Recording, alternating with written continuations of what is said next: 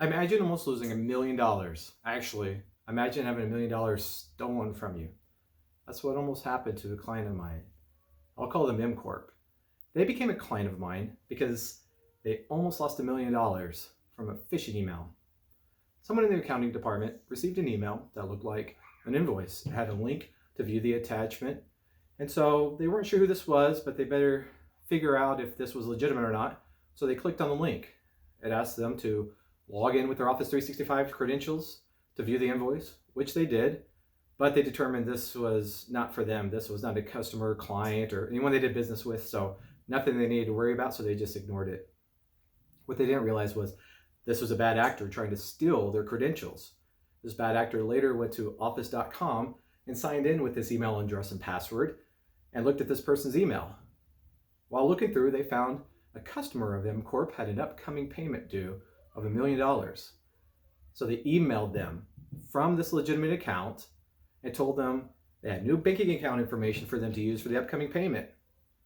Thankfully, this customer of M Corp had a policy in place to verify any payment change information in two different ways.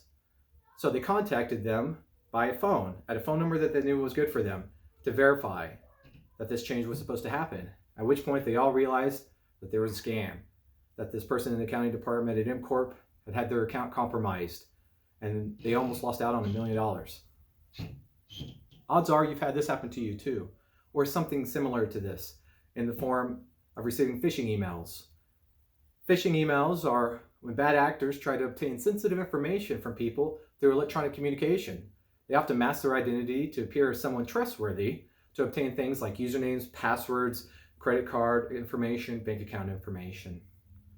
In 2015, according to the Symantec Security Threat Report, the email phishing rate was 1 in 1,846.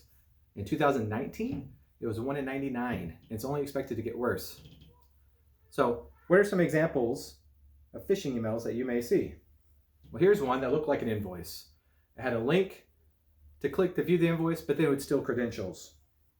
Here's one from FedEx. Maybe you've seen one from UPS or USPS, Amazon, saying they couldn't deliver a package to log in to change your delivery information. One from the government saying someone else tried to claim a tax return in your behalf, or they couldn't process your tax return and they need you to verify information. One from PayPal or bank account saying that there's been a charge and they need you to verify that it's legitimate or not. Netflix or Disney Plus saying there's a problem with your account, you need to update your billing information, or fraudulent activity wants you to reset your password. They take this information that you enter in and then turn around and sell it on the dark web. What do you do if you suspect you have a phishing attack? If you get an email and you're not quite sure, ask yourself, do I have an account at this company, or do I know this person? If not, report the email to the APWG, the Anti-Phishing Working Group, by forwarding it to reportphishing@apwg.org and then delete it.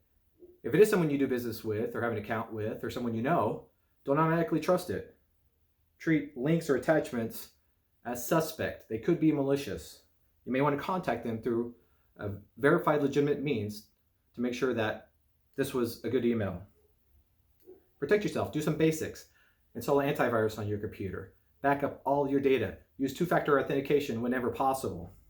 Extra things. Report suspicious emails to the APWG.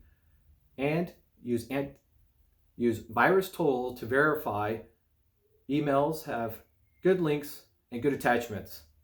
And I'm going to show you how to do that in conclusion.